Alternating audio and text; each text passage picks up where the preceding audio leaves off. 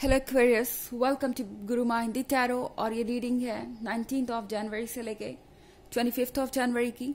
तो चलिए देखते हैं कि इस वीक में क्या मैसेजेस है आपके लिए और आप क्या एक्सपेक्ट कर सकते हैं। Messages for Aquarius.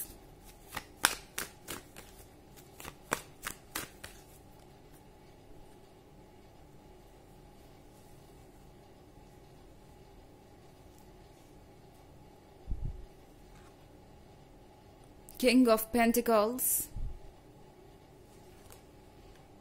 the Sun, Judgment,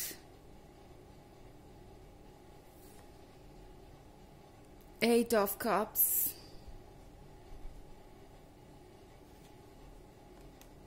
and Ace of Pentacles.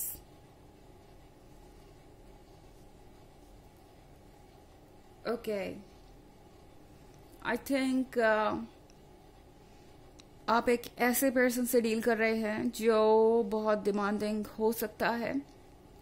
King of pentacles है ये पर्सन, तो डेफिनेटली ये हर चीज़ को बहुत ज़्यादा प्रैक्टिकली सोचते हैं, प्लानिंग से बहुत ज़्यादा चलते हैं ये, और इनको हमेशा से अपने प्रेजेंट से ज़्यादा अपने फ्यूचर की चिंता रही है, जो कि कोई बुरी बात नहीं है ऑब्वियसली।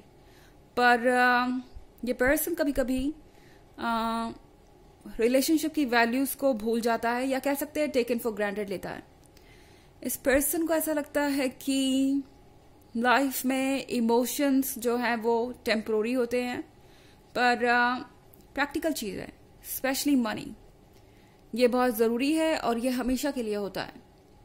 इस पर्सन का फोकस बहुत ज़्यादा पैसों पे हो सकता है, एंड हो सकता है कि ये आपसे कुछ एक्सपेक्ट कर रहे हो, और अगर आपसे कुछ एक्सपेक्ट नहीं कर रहे हैं तो डेफिनेटली आपको टाइम तो ये पर्सन इस वीक में नहीं दे पाएगा। ये किंग ऑफ पेंटिकल्स लाइफ के दूसरे चीज़ों पर फोकस नजर आ रहा है मुझे इस वीक में। ये पर्सन चाहता है कुछ क्रिएट करना, अपने करियर पे फोकस्ड हो सकते हैं, अपने फ्यूचर प्लानिंग पे इतने ज़्यादा फोकस्ड हो सकते हैं कि इन्हें वक्त नहीं मिलेगा आपकी तरफ अपना ध्यान देने का, या कह सकते हैं कि इन्हें वक्त ही नहीं मिलेगा आपकी सिचुएशन को समझने का। क्योंकि द सन के साथ मैं देख रही हूं कि आप इस पर्सन के बहुत क्लोज महसूस करते हैं। ये पर्सन आपको आपकी रिफ्लेक्शन की तरह नजर आता है। ये पर्सन शायद आपको आपका सोलमेट नजर आ रहा हो, पर आई थिंक कुछ ऐसा हो सकता है इस वीक में जो आपकी सोच को बदल सकता है। क्योंकि यहाँ जजमेंट का कार्ड देख रहे हैं आप। ये पर्सन हो सकता है आपको जज करें, ये पर्सन हो सकता है आपको कहे कि आप सिर्फ अपनी तरफ अटेंशन चाहते हैं उनका, या आपको सिर्फ रोमांस और लाइफ को एंजॉय करने से मतलब है। आप इररेस्पॉन्सिबल हैं, आप एक कमिटमेंट में नहीं रह सकते। एक कमिटमेंट में जो रिस्पॉन्सिबिलिटीज होती हैं, जो चैलेंजेस होते हैं, उनको फेस करने के लिए आप तैयार नहीं हैं। आप सपनों की दुनिया में रहते हैं। इस तरीके का कुछ जजमेंट आपको सुनने को मिल सकता है।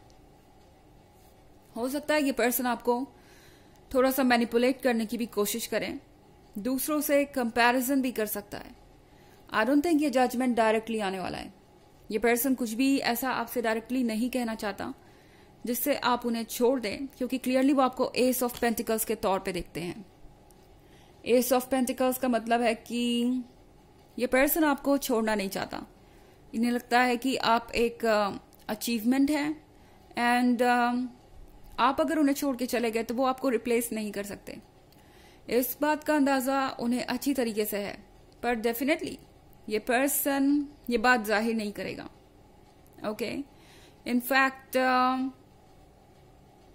हो सकता है ये पर्सन आपसे कहे कि आपको ज्यादा रिस्पॉन्सिबल होने की जरूरत है, आपको ज्यादा समझदारी से काम लेने की जरूरत है, आपको प्रैक्टिकल चीजों पे फोकस्ड होना चाहिए बजाय रोमांस और फ्यूचर प्लानिंग के। ये पर्सन आपको थोड़ा सा अपसेट जरूर कर सकता है। आपको लगेगा कि इन्हें सिर्फ और सिर्फ मतलब है प्रैक्टिकल चीजों से, फाइनेंशियल स्टेबिलिटी से, करियर से और बाकी सारी चीज़ों से, और इनके पास रोमांस के लिए टाइम नहीं है, लाइफ को एंजॉय करने के लिए टाइम नहीं है। ये एक बहुत अपसेटिंग बात हो सकती है। 8 ऑफ कप्स के साथ आई थिंक ये पर्सन काफी कंप्लेनिंग भी हो सकता है। ओके, आप चाहे जितना भी कर लें, वो हमेशा उस बात पे फोकस रहेंगे जो आपने नहीं किया। आई थिंक इस पर्सन को ऐसा लगता है कि आप और ज्यादा कर सकते हैं उनके लिए। हो सकता है किसी से ये पर्सन आपका कंपैरिजन करें और आपको ये दिखाने की कोशिश करे कि दूसरे लोग अपने रिलेशनशिप में क्या कुछ कर रहे हैं एंड ऐसा क्या है जो आप नहीं कर रहे और आपको करना चाहिए। आपको इस तरीके की कुछ इंडिकेशन ही दे सकते हैं, इस तरीके से आपको फील करवा सकते हैं। ओके, हालांकि ये एक जनरल रीडिंग है तो ये सबसे रेजोनेट नहीं करेगी। एनर्जी रिवर्स भी हो सकती है अगर आप क्रॉस वॉचर हैं।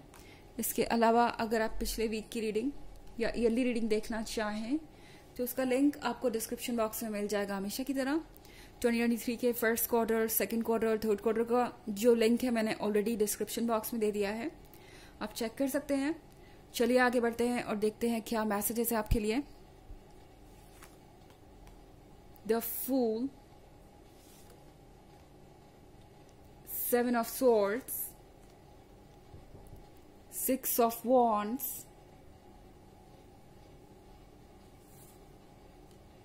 the Hierophant,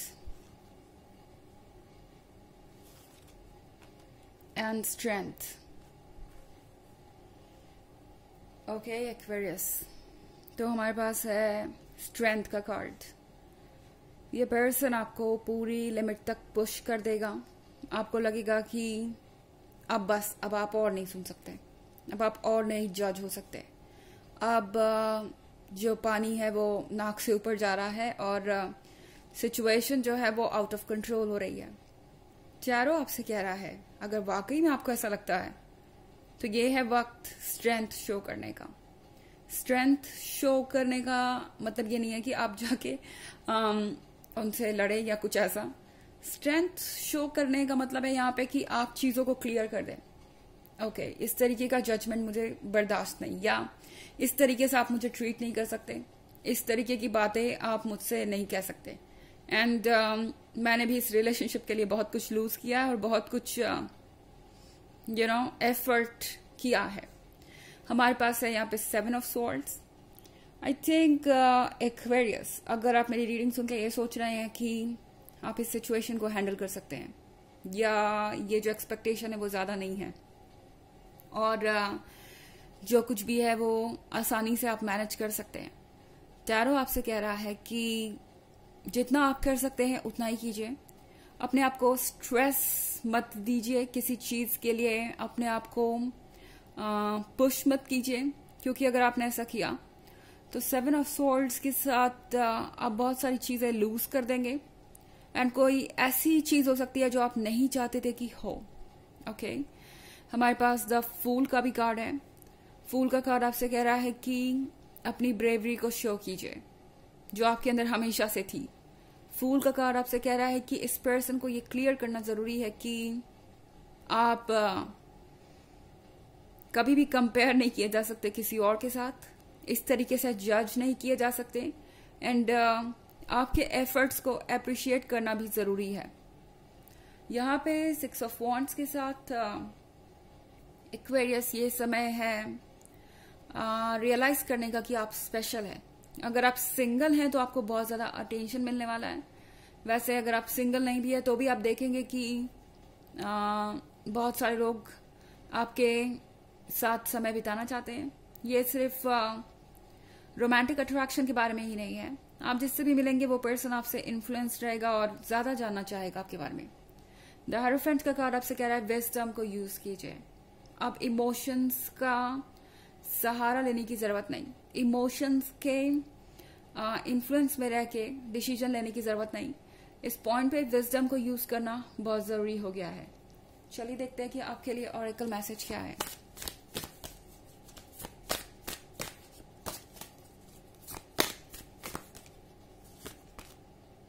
spirit of the east, ये कार्ड आपसे कह रहा है कि आपको जरूरत है अपने अंदर के उस साइड से कनेक्ट होने की जो काम एंड कंपोज्ड है, जो शांत है और जो वाइज है।